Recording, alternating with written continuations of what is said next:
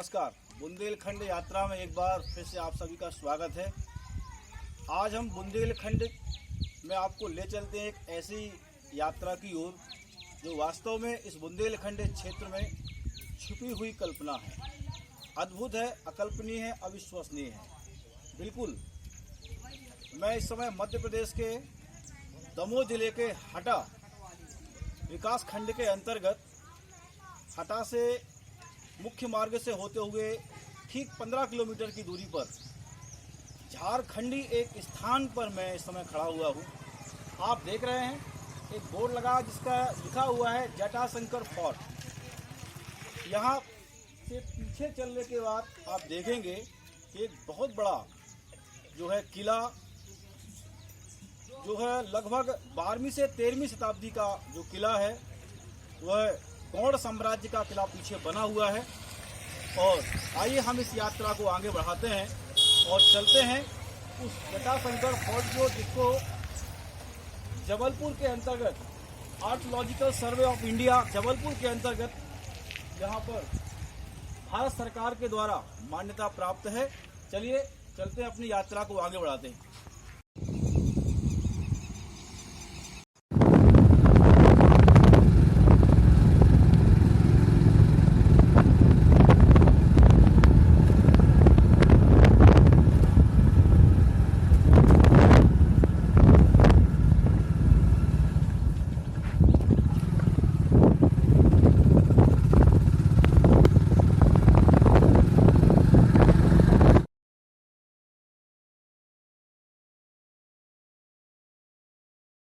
इस समय हम आ चुके हैं उस जटाशंकर किले की ओर, जिसको भारत सरकार ने जटाशंकर फोर्ट के नाम से नाम दिया है। वास्तव में एक जटाशंकर के अलावा यहाँ पर झारखंडी किले के नाम से स्थानीय लोग यहाँ पर जानते हैं। मैं अपने कैमरामैन से कहूँगा कि यहाँ से देखिए, ये पूरा जो किला आप देख पा रहे होंगे, यहाँ से चारों तरफ इसके पीछे इसका मुख्य दरवाजा है। इस समय हम काफ़ी दूरी पे खड़े हुए हैं, लेकिन यहाँ पर एक पूरा दृश्य आपको दिखाने का प्रयत्न कर रहे हैं। कैमरामैन से कहूँगा थोड़ा सा आगे आ जाए। तो ये देखिए कि यहाँ से कलकल छलछल करती हुई एक नदी भी यहाँ से बह रही है।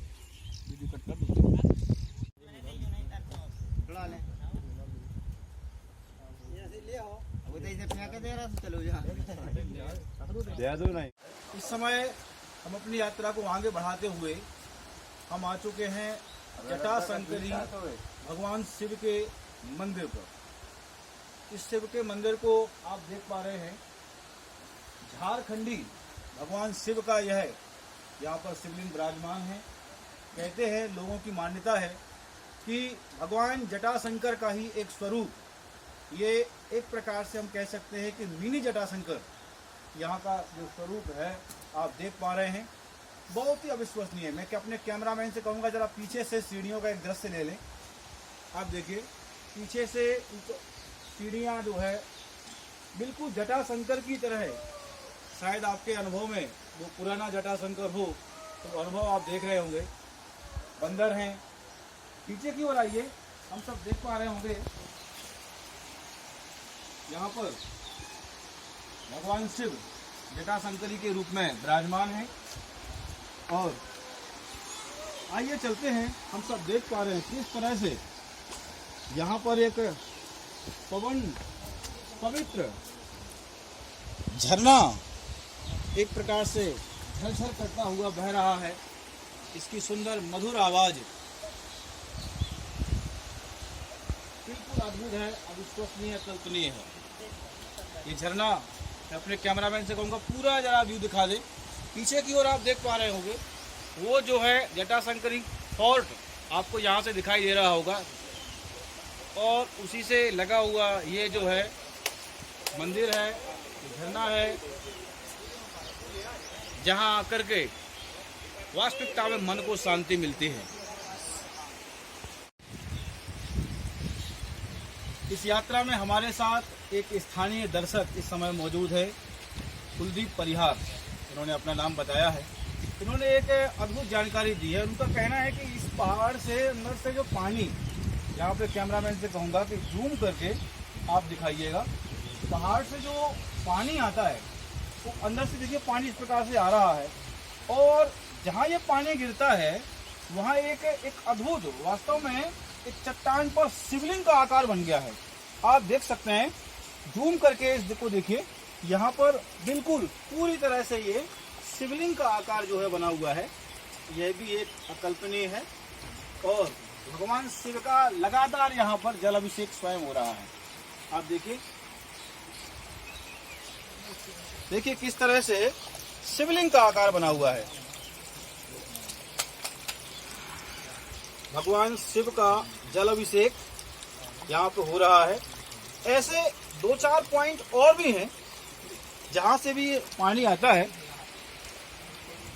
हम अपने मित्र से कहेंगे कि जरा इसके बारे में थोड़ा सा हमारे दर्शकों को बताएं। ये जो पानी आ रहा है इससे शिवलिंग का आकार बनता है। ये पानी 12 ही महीने आता रहता है कंटिन्यू।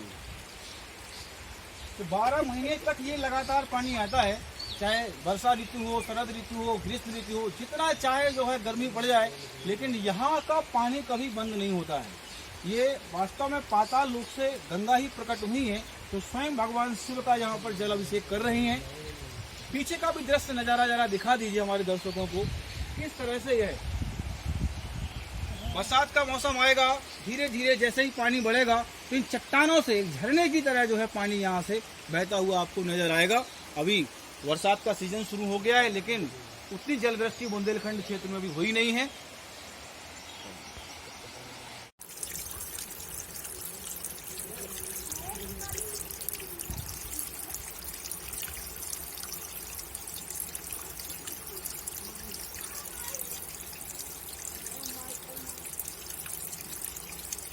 देखिए 2 शिवलिंग का निर्माण, एक तो आप देख रहे हैं ये, एक और देखिए जरा ध्यान से, ये देखिए, ये जो है पानी पहाड़ की गुफाओं से होता हुआ झरता हुआ आ रहा है, और पानी के गिरने से आप देखिए शिवलिंग का निर्माण हो रहा है।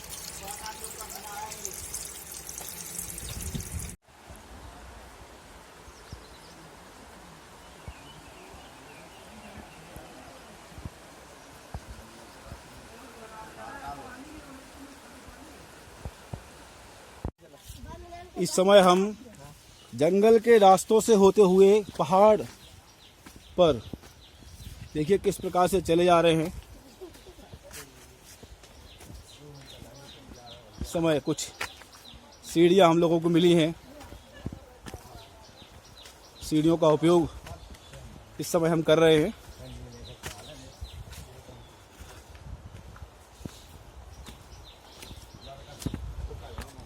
पहाड़ की ऊंचाई पर हम उस राजा के किले के पास पहुंचने का प्रयास कर रहे हैं, जिसने कहते हैं माँ भगवती जिसके सामने प्रकट हुई और उसने अपना सर्वस्व निछावर कर दिया, ऐसे राजा के किले के दर्शन करने हम सब जा रहे हैं। पूरे 20 मिनट की चढ़ाई करने के पश्चात शरीर इस समय थका हुआ है, और हम सब जो है ऐसे राजा के किले के पास एकदम से पहुंच चुके हैं। ये सामने का नज़ारा आप देख रहे हैं, पीछे नीचे बहती हुई एकदम गहरी खाई में एक नदी है। इस नदी को पार करके हम सब यहाँ पर पहुँचे हैं, और सामने से आप ये किला देख रहे हैं। आइए हम चलते हैं आगे की ओर और कुछ रहस्यमयी चीज़ों को यहाँ से देखेंगे। आइए।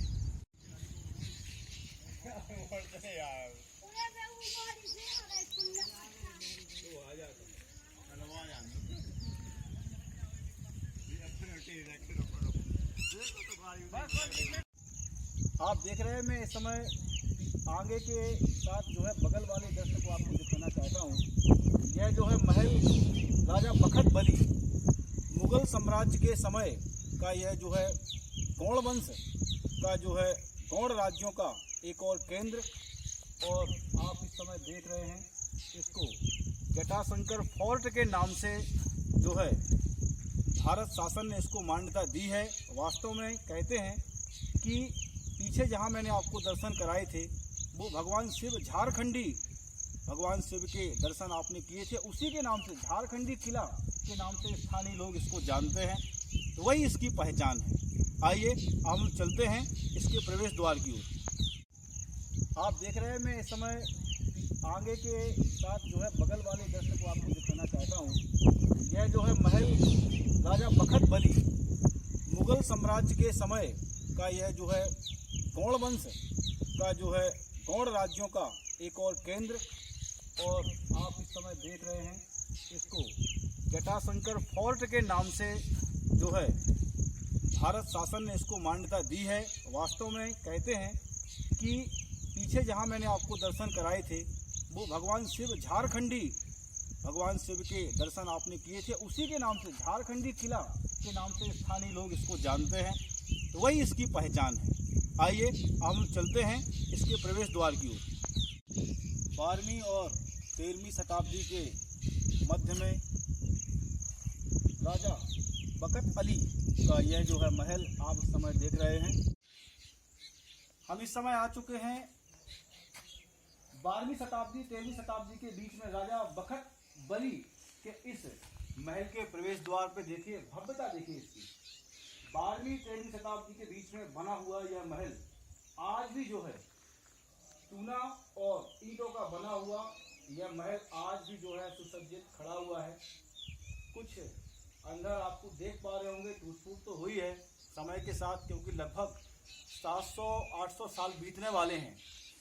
इस समय हम खड़े हुए हैं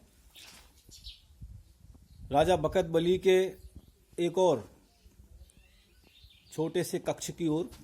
मैं आपको कैमरा के माध्यम से दिखाने का प्रयास कर रहा हूं। महल की यात्रा के अंतिम पड़ाव पर हम सब इस समय हैं और हम इस गेट से प्रवेश द्वार से अंदर आए थे, यहाँ से बाहर जाएंगे। लेकिन यात्रा के अंतिम चरण में आप सबको हम यहाँ की जो प्रसिद्ध माता हैं, जिनके कारण ये सारा का सारा वीरान दृश्य हम देख रहे हैं, लेकिन संपूर्ण जनमानस पर उनकी कृपा हमेशा यहाँ पर बनी रहती है। ऐसा परित्याग करने वाले राजा की कथा हम सब आपको सुनाने का प्रयत्न किया है, दिखाने का प्रयत्न किया है। यदि आपको ये पसंद आए तो आप निश्चित रूप से हमारे चैनल को लाइक करिए, सब्सक्राइब करिए, इस वीडियो को पहुंचाइए ताकि अधिक से अधिक लोग यहाँ पर आ सकें। साथ ही में यहाँ पर नीचे जो मंदिर है माँ का, उस मंदिर के दर्शन आप सबको अवश्य कराऊंगा। धन्यवाद। देखिए मैं आपको एक और दृश्य यहाँ से दिखा रहा हूँ।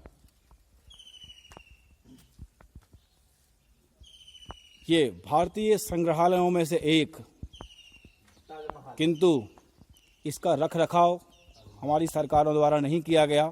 धीरे धीरे यह जीर्ण शीर्ण होता हुआ राजा बखत बली की यह रियासत झारखंडी जटाशंकरी फोर्ट इसको नाम दिया गया है। चलिए अंदर की ओर चलते हैं। कुछ यात्रीगण भी यहाँ पर उपस्थित हैं जिनको आप देख पा, जो हमारे स्थानीय हमारे साथ हमारे सहयोगी हैं, जो हमें इस पूरे दृश्य को दिखा रहे थे। मैं आपसे जानना चाहता हूँ कि इसका इतिहास क्या है। इसका इतिहास है पुराना, केवल 13 से 14 शताब्दी मुगलों का राज्य है। ये राजा बखत बली के नाम का किला है। और एक किला वीरान क्यों हो गया? बखत बली राजा माता खैरा माता ने दर्शन दिए, इसलिए वो खैरा माता बोल रही थी कि आपका एक किला वीरान हो जाएगा अगर मैं यहाँ स्थापित हो जाऊंगी। इसलिए खैरा माता को प्रकट करने के लिए राजा बखत बली ने ये वचन दे दिया उनको, इसीलिए खैरा माता का मंदिर वहाँ पर स्थापित किया गया है। बहुत बढ़िया, ये जो अद्भुत जानकारी हमें दी गई है। कहते हैं कि 13वीं शताब्दी में यहाँ पर राजा बखत बली का राज्य हुआ करता था, पूरा साम्राज्य था, पूरा एक विशाल नगर था। और यह नगर जो है नष्ट हो गया, पूरी तरह समाप्त हो गया। उसके पीछे की जो लोक कथा है यहाँ पर प्रचलित है, लोग बताते हैं, वो कहते हैं कि राजा बखत बली जो गौड़ साम्राज्य के राजा थे, क्योंकि संपूर्ण मध्य प्रदेश में जो बुंदेलखंड क्षेत्र आता है, उस बुंदेलखंड क्षेत्र में निश्चित रूप से गौड़वाना राज्य रहा है, ये सब हम सब से जानते ही हैं। तो उसी गौड़ों के राज्य से जब माता देवी का स्वरूप जो है प्रकट हुआ, तो उन्होंने अपना नाम खैजड़ा माता के नाम से जो है, खड़ेरा माता के नाम से जो है बताया। और उन्होंने, राजा ने माँ से प्रार्थना की कि आप हमारे राज्य में रहकर और हमारे राज्य में रहिए, हमारे राज्य में आपकी पूजा होगी। तो माँ का कहना था कि यदि मैं आपके राज्य में रहूंगी तो खड़ेरा, खड़ेरा शब्द एक प्रकार से बुंदेलखंड का शब्द है, जिसका मतलब होता है पूरी तरह से समाप्त हो जाना, नष्ट हो जाना। उन्होंने कहा कि यदि मैं आपके राज्य में रहूंगी तो आपका राज्य समाप्त हो जाएगा, आपका राज्य जो है पूरी तरह से नष्ट हो जाएगा, यहाँ की प्रजा समाप्त हो जाएगी। लेकिन फिर भी राजा ने अपना बलिदान दिया और अपने बलिदान से इस संपूर्ण राज्य का बलिदान दिया। और आज इस महल के नीचे आप देखते हैं खैजड़ा माता का जो मंदिर है वह प्रसिद्ध मंदिर है। यहाँ दूर दूर से जो है लोग बाग आते हैं। प्रतिवर्ष जो है यहाँ पर विशाल मेला का आयोजन होता है, लोग यहाँ माँ के दर्शन करते हैं और अपनी मनोकामना पूर्ण करते हैं। आइए अपनी यात्रा को कुछ और आगे बढ़ाते हैं। हम इस समय बीच में, यानी कि महल के बीचों बीच खड़े हुए हैं और आपको इसका व्यू दिखा रहे हैं। कहते हैं इस महल के बीचों बीच यह एक स्थान है जहाँ कभी राजा के राज्य में अनेक अनेक कार्यक्रम इस मैदान में हुआ करते थे। बहुत बड़ा मैदान है, बीचों बीच मैदान बनाया गया है। ये जनता की पुकार सुनने के लिए राजा यहाँ पर जो है बैठा करते थे और यहीं से बैठ कर के जनता की सारी समस्याओं को सुना करते थे। देखिए प्रवेश द्वार देखिए, और प्रवेश द्वार पर अंकित यह कलाकारी, किस तरह से फूल का चित्र बना हुआ है, अशोक चक्र बना हुआ है। अशोक चक्र यहाँ पर दिखाई दे रहा है। आप देखिए लगभग 12वीं शताब्दी में अशोक चक्र का चित्र यहाँ पे होना, यह भी हमारे लिए आश्चर्य की बात है। आप देख पा रहे होंगे यह अशोक चित्र को, अशोक चक्र हमारा बना हुआ है।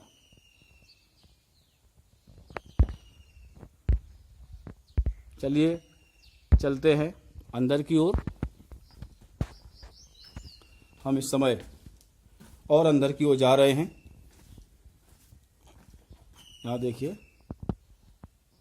चारों तरफ जो है पूरी तरह से ये अब जो सुरक्षित नहीं है, कहीं ना कहीं हमारी सरकारों की इसमें कमी रही है। सुंदर कारीगरी आप देख सकते हैं, इन महलों की सुंदर चित्र आकृति कारीगरी बताती है कि ये रियासत काफी सुंदर सुसज्जित रियासत थी। चलते हैं अपनी यात्रा को आगे बढ़ाते हुए।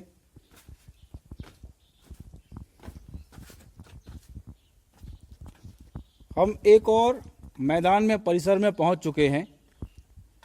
यहाँ पे भी मैं आपको इसका पूरा दृश्य दिखाना चाहता हूँ। इस तरह से देखिए, ये पूरा का पूरा महल, कहते हैं यहाँ भी जो है राजा की सभी रानियाँ एक एक करके, इनके मंत्री यहाँ बैठा करते थे। आप देख सकते हैं काफ़ी सुंदर दृश्य आपको दिखाई दे रहा होगा चारों ओर। और नीचे के इस मैदान में अनेक अनेक प्रस्तुतियाँ, अनेक अनेक खेल जो है इस मैदान में हुआ करते थे। बिल्कुल अद्भुत है। आइए चलते हैं। ये इसका दूसरा भाग है। एक भाग मैंने आपको पीछे दिखाया, यह इसका एक दूसरा भाग आप देख पा रहे हैं। अद्भुत है। इस यात्रा में इसी महल के अंदर जहां हम प्रवेश कर रहे हैं, हमारे एक दर्शक यहाँ पर मौजूद हैं जो यहाँ नित्य कई दिनों में, हफ्ता में, 15 दिन में, महीने में यहाँ पे आते रहते हैं। वो हमारे साथ हैं, इस पूरी यात्रा में वो हमारे साथ हैं, हमारे दोनों भाई। और वो आगे बताएंगे कि आगे हम कहाँ जा रहे हैं। आप जरा बताइए कि आगे हम कहाँ चले जा रहे हैं। हमें अंधबहर है जो पानी के लिए। अंधबहर है। अंधबहर माने बहर तो आप सब जानते हैं कि ऐसा स्थान है, कुआं जहाँ पे पानी भरा रहता है। और अंधबहर है जहाँ बिल्कुल अंधेरा है। आइए इस अंधेरे की ओर हम सब चलते हैं अंधबहर की। इस समय हम अंधबहर की ओर प्रवेश कर रहे हैं।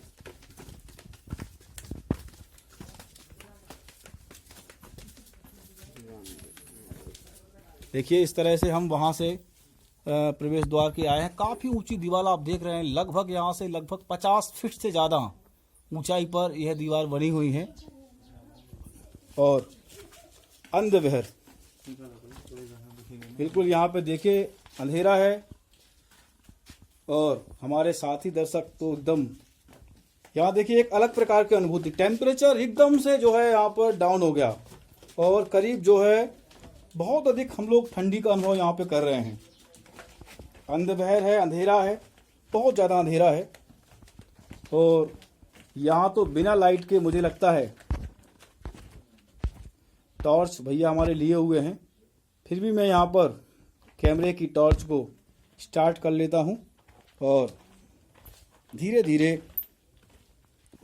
अंधेरे की ओर तो रहने देना जाए। बिल्कुल यहाँ पर टेम्परेचर एकदम ठंडा हो गया है, बहुत ठंडा टेम्परेचर हो गया है।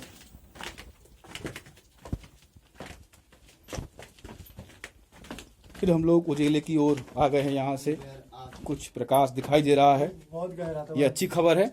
बहुत गहरा था, पहले पुर गया, मतलब पत्थर ये देखिए ये अंधबहर है, कहते हैं घूमते घूमते जाएंगे। एक ऐसा स्थान था जहाँ पर पानी भरा हुआ होता था। स्नान करने के लिए राजा की रानियां इस स्थान का प्रयोग करती थी। करीब जो है 30 से 40 फीट गहरा यहाँ पर एक बहर, जिसको बेर के नाम से अपन सब जानते हैं। और ये समय के साथ साथ आप देखिए किस तरह से यहाँ पर पूरी तरह से जो है ये यहाँ पर मिट्टी भर चुकी है। ये वास्तव में हमारी स्थानीय सरकारों का, हमारे स्थानीय गवर्नमेंट का ही दोष है कि हमने ऐसी पुरानी अद्भुत अकल्पनीय धरोहर को अपनी आंखों से नष्ट होते हुए हम देख रहे हैं। हमारी सरकारों को आज चाहिए कि इन सब धरोहरों का पुनरुत्थान करने के लिए काम करें। बिल्कुल अंधेरा है और इसके चारों तरफ हमारे जो सहयोगी हैं वो काफी रेत यहाँ पे नजर आ रही है, काफी ज्यादा रेत है। ये रेत कैसे आई है, कहाँ से आई है, इसको बता पाना थोड़ा मुश्किल काम है, लेकिन रेत बहुत अधिक है। यहाँ से बिल्कुल हम ऊपर की ओर चले जा रहे हैं। कुल बहुत अधिक रेत है, धीरे धीरे जो नष्ट हो रहा है उस नष्ट होने से ही ये रेत बनी है। और ऊपर पहुंच जाएंगे।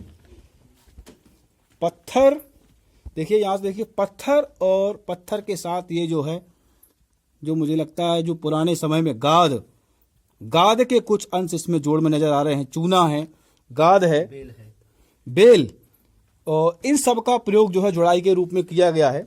पूरा का पूरा महल पत्थर से बनाया गया है, चट्टानी इलाका है ये। राजा बखत बली का यह पूरा रेतीला देखिए यहाँ पे हो गया है, और इसका केवल मात्र एक ही कारण है, रेन दो तो ना जाओ। इसके और ऊंचाई पे चले जाएंगे तो हम बिल्कुल ऊपर वाले भाग पे पहुंच जाएंगे, लेकिन हम सब देख रहे हैं वहां पर बहुत अधिक चमगादड़ है। और इस समय हमारी मोबाइल की बैटरी भी लो हो रही है, इसलिए हम यहाँ से वापसी जाएंगे और बाहर से इस दृश्य को दिखाएंगे। ये देखिए ध्यान ऊपर, ये देखिए ऊपर जो हम दृश्य को देख पा रहे हैं, क्या कलाकृति है एक समय की, कि किस तरह से ये जो है बिना सेटिंग की इसको बनाया गया है। काफी अंधेरा है यहाँ पर, और उस अंधेरे की वजह से इतना ठंडी हवा आती, प्रकाश नहीं है। बिल्कुल यहाँ से ठंडी हवा, बिल्कुल यहाँ से एक हवा का अनुभव मैं कर रहा हूँ, और ये वास्तव में उस समय का कूलर है यार। ये देखिए लगभग जो है 10 से 12 फीट गहराई लंबाई इसकी नज़र आ रही है मुझे, और बाहर तक ये जो है इस प्रकार से खिड़की टाइप की कुछ बनी हुई है। और यहाँ हाथ डालने के बाद तो एकदम मुझे लगता है एसी से भी ठंडा नजर आ रहा है। यहाँ पे बहुत ज्यादा ठंडा नजर आ रहा है। ऐसे चारों तरफ जो बने हुए हैं जो इसको बहुत अधिक ठंडा ताप प्रदान कर रहे हैं। ये दृश्य देखिए, देख पा रहे होंगे आप। ये वही स्थान जहाँ इसके पहले मैं आपको दिखा चुका हूँ। अब हम से बाहर चलते हैं।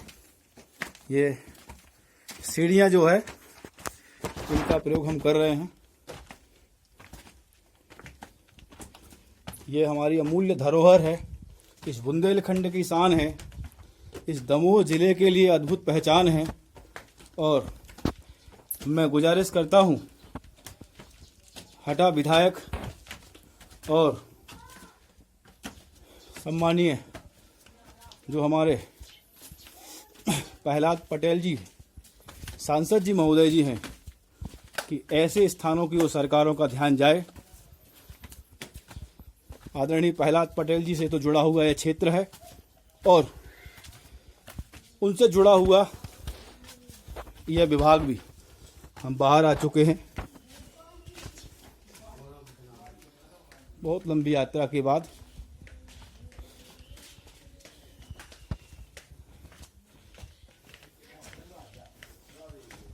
एक और छोटा सा दृश्य हम सब देख पा रहे हैं।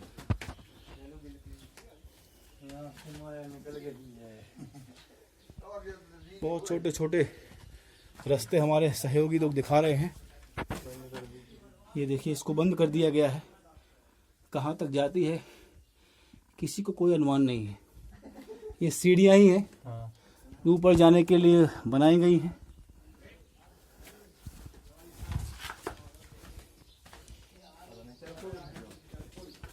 कई स्थानीय लोग यहाँ पर आते हैं।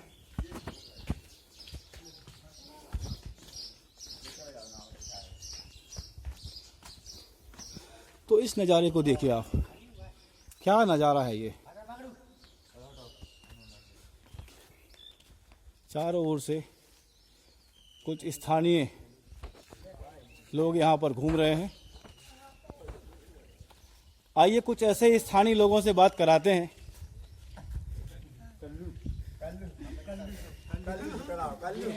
स्थानीय लोग यहाँ पर हैं। क्या नाम है आपका? धर्मेंद्र यादव। धर्मेंद्र यादव। कहाँ से आए हैं आप? हटापुर है ना। तो यहाँ आप पहली बार आए कि कई बार और आ चुके हैं? 2-3 बार आ चुके। अच्छा, 2-3 बार आ चुके हैं। हाँ।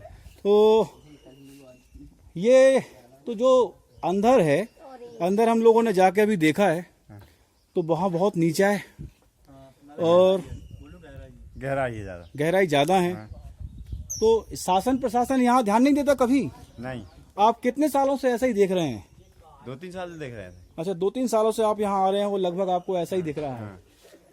और एक और मैं यहाँ पे समझना चाहता हूँ, हमारे स्थानीय एक और हमारे साहब जो साथ में थे कैमरा के, ये जो कुछ इस प्रकार से पत्थर के ढेर बनाए गए हैं, आप देख रहे हैं कैमरा के सामने, 1, 2 और 3, 4 ऐसे देखिए, ये जो बनाए गए हैं इसका क्या उद्देश्य है? उद्देश्य ये है, वो दीवार टूटी हुई है ना। हाँ। तो पत्थर साले में डले हुए थे, फैले थे। अच्छा। तो एक साइड रख दी, मतलब चौथरा साइड का। बहुत बढ़िया। माने पत्थर टूट गए तो यहाँ के स्थानीय लोगों ने उनको इकट्ठा करके एक जगह रख दिया है। हाँ, एक भ्रांति जो है जो कई लोगों के बीच में फैली हुई है, लोग कहते हैं कि ये राजा महाराजाओं के समाधि स्थल हैं। तो ये भी सही है क्या? समाधि स्थल भी है?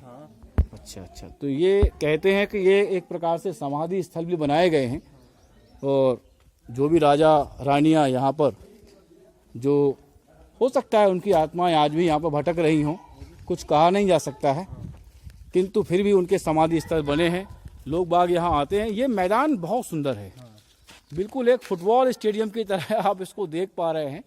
और मैं तो कह सकता हूँ कि एकदम फुटबॉल के लिए ये पर्याप्त मैदान है। कितना सुंदर मैदान जो है यहाँ पर है। ये देखिए किस तरह से कलाकृतियाँ, कुछ मरम्मत का कार्य मुझे लगता है करवाया गया है समय के साथ साथ। ये जहाँ पे ये मैं देख पा रहा हूँ कि ईंट लगी हुई है, तो ये समय के साथ परिवर्तन निश्चित रूप से हुआ है, क्योंकि नीचे से ऊपर अगर देखा जाए तो पूरी तरह से पत्थर से बना हुआ है, लेकिन फिर अगर ईंट अगर यहाँ पे लगाई गई है तो यह निश्चित रूप से कहीं ना कहीं शासन प्रशासन ने थोड़ा बहुत ध्यान दिया है कभी न कभी, और हो भी सकता है कि उसी समय राजाओं के काल में भी जो है इसको द्वारा से बनाया गया हो। जो हमारे स्थानीय हमारे साथ हमारे सहयोगी हैं जो हमें इस पूरे दृश्य को दिखा रहे थे, मैं आपसे जानना चाहता हूं कि इसका इतिहास क्या है। इसका इतिहास है पुराना, केवल 13 से 14 शताब्दी मुगलों का राज्य है। ये राजा बखत बली के नाम का किला है, और एक किला वीरान क्यों हो गया, बखत बली राजा माता खैरा माता ने दर्शन दिए, इसलिए वो खैरा माता बोल रही थी कि आपका एक किला वीरान हो जाएगा अगर मैं यहाँ स्थापित हो जाऊंगी। इसलिए खैरा माता को प्रकट करने के लिए राजा बखत बली ने ये वचन दे दिया उनको, इसीलिए खैरा माता का मंदिर वहाँ पर स्थापित किया गया है।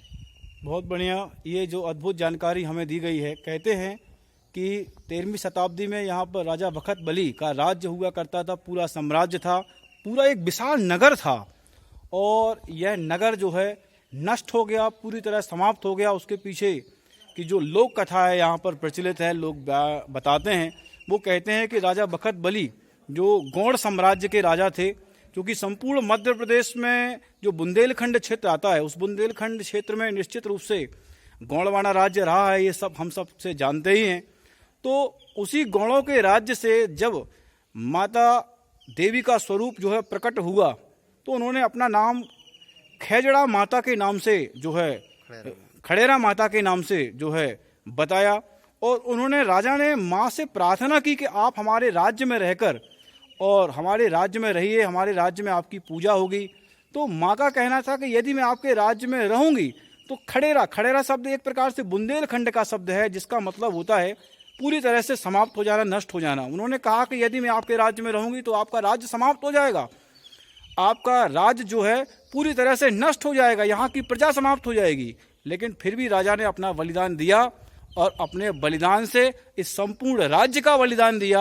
और आज इस महल के नीचे आप देखते हैं खैजड़ा माता का जो मंदिर है, वह प्रसिद्ध मंदिर है। यहाँ दूर दूर से जो है लोग बाग आते हैं। प्रतिवर्ष जो है यहाँ पर विशाल मेला का आयोजन होता है, लोग यहाँ माँ के दर्शन करते हैं और अपनी मनोकामना पूर्ण करते हैं। आइए अपनी यात्रा को कुछ और आगे बढ़ाते हैं। महल की यात्रा के अंतिम पड़ाव पर हम सब इस समय हैं, और हम इस गेट से प्रवेश द्वार से अंदर आए थे, यहाँ से बाहर जाएंगे। लेकिन यात्रा के अंतिम चरण में आप सबको हम यहाँ की जो प्रसिद्ध माता हैं, जिनके कारण ये सारा का सारा वीरान दृश्य हम देख रहे हैं, लेकिन संपूर्ण जनमानस पर उनकी कृपा हमेशा यहाँ पर बनी रहती है। ऐसा परित्याग करने वाले राजा की कथा हम सब आपको सुनाने का प्रयत्न किया है, दिखाने का प्रयत्न किया है। यदि आपको ये पसंद आए तो आप निश्चित रूप से हमारे चैनल को लाइक करिए, सब्सक्राइब करिए, इस वीडियो को पहुंचाइए ताकि अधिक से अधिक लोग यहाँ पर आ सकें। साथ ही में यहाँ पर नीचे जो मंदिर है माँ का, उस मंदिर के दर्शन आप सबको अवश्य कराऊंगा। धन्यवाद। इस समय हम आ चुके हैं उस जगत जननी माँ खड़ेरा वाली साचे दरबार के पवित्र मंदिर में। पूरी यात्रा के बाद जैसा कि हमने आपको बताया था कि यात्रा के अंतिम चरण में हम आपको उस माँ के दर्शन अवश्य कराएंगे, जिनके प्रकट होने पर राजा का संपूर्ण राज्य जो है राजा ने अपना समर्पित कर दिया। ऐसी माँ को मैं प्रणाम करता हूँ।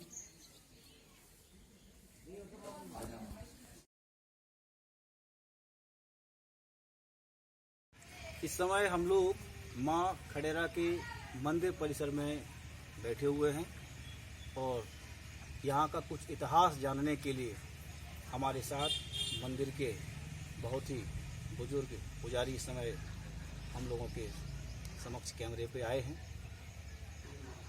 पुजारी जी, सबसे पहले तो हम आपका शुभ नाम जानना चाहेंगे। हमारा शुभ नाम है पलची नारायण प्रसाद बड़ेरिया। ओम श्री नारायण प्रसाद जी बड़ेरिया, आपने अपना परिचय दिया, परिचय के लिए आपका धन्यवाद। पंडित जी, हम चाहते हैं कि आप जो है हमारे दर्शकों को ये बताएं कि ये मंदिर की प्राण प्रतिष्ठा कैसे हुई, कब हुई? मंदिर की जो प्राण प्रतिष्ठा करी है वो राजा बखत बली ने कराई है। राजा बखत बली ने कराई है, ऐसा यहाँ के स्थानीय लोग जो गांव के लोग हैं वो भी ऐसा बताते हैं। तो कोई किस्सा, कोई कहानी ऐसा है क्या माँ प्रकट हुई, सुनने को आया है, लोगों ने बताया कि जानी अपन कथी बता सकत, मगर ये बता सकत कि राजा जो इसे खड़राबादी देवी जी की प्राण प्रतिष्ठा करी है वो राजा बखत बली ने कराई। बिल्कुल ऐसा बिल्कुल सुनने को मिला है कि राजा बखत बली जो पूरे बुंदेलखंड में हम सब जानते हैं कि गोंडवाना राज्य है, गौड़ों का राज्य रहा है, तो बखत बली का भी जो है एक गौड़ राज्य है और उस राज्य में माता खड़ेरा बाली की स्थापना जो है बखत बली राजा ने की है। लेकिन पंडित जी का यहाँ पे साफ साफ कहना है कि ऐसी कोई कहानी नहीं है कि माँ प्रकट हुई और माँ प्रकट होने के बाद ये माँ ने कहा कि हम आपके राज्य में रहेंगे तो आपका राज्य वीरान हो जाएगा। ऐसी एक प्रकार की जो इस पूरे क्षेत्र में एक कहावत आई है या एक प्रकार की जो एक भ्रम चला आया है और उस भ्रम को निश्चित रूप से काफ़ी वर्षों से मंदिर की पूजा कर रहे पुजारी जी ने इसको स्पष्ट किया है कि ऐसा कोई लेख, ऐसी कोई कहानी नहीं है। लेकिन ये बात पूर्णतः सत्य है कि राजा बखत बली ने ही मंदिर की प्राण प्रतिष्ठा कराई। उन्हीं के कार्यकाल में माँ भगवती यहाँ पर विराजमान हुई और 4 जगह की साहब, 4 जगह आपका कहना है, 4 जगह की प्राण प्रतिष्ठा राजा बखत बली ने कराई है जी। पहले मंदिर है जो इसे भोलेनाथ को, अच्छा, भोलेनाथ का जो झारखंडी मंदिर हाँ है, झारखंडी मंदिर है, वहाँ हम लोग होके आए हैं। हाँ झारखंडी वो भी जो है झारखंडी मंदिर कहते हैं कि वो भी एक प्रकार से यहाँ पे एक लघु जटाशंकर है। जैसे जटाशंकर का स्वरूप है बिल्कुल उसी स्वरूप को यहाँ पर ढाला गया है और झारखंडी जो झरना बह रहा है उस झरने के नाम से जो है भगवान भोलेनाथ का नाम वहाँ झारखंडी भोलेनाथ पड़ा है। और जहाँ जल गिर रहा हो तो शंकर जी विराजमान। बिल्कुल, वो मैंने आपको वीडियो के माध्यम से पहले दिखाया था कि जैसे पानी गिरता है तो वहाँ 2 जगह शिवलिंग निर्माण हो गया है, हो रहा है। वहाँ भी मैं आपको कैमरे के माध्यम से आपको दिखाई चुका हूँ। और बताएं जरा। और राजा बखत बली दूसरी जगह बजरंग बब्बा की प्राण प्रतिष्ठा राजा, अच्छा, वहीं पे हनुमान जी महाराज जी की भी स्थापना जो है थोड़ी दूर यही तरफ है, थोड़ी दूर कराई है, वहाँ भी झंडा है। अच्छा। यहाँ से आप बता रहे हैं कि कुछ दूरी पर एक जैन धर्म का मंदिर है, तो वो क्या वो भी उन्हीं के द्वारा स्थापित है? नहीं वो अलग, वो अलग।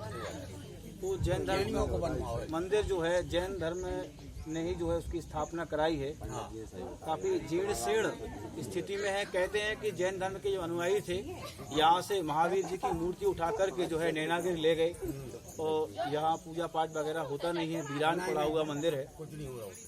चलिए पंडित जी, आपसे मिलकर हमको बहुत अच्छा लगा। आपने जो जानकारी दी इसके लिए आपका कोटि कोटि आभार, बहुत बहुत धन्यवाद।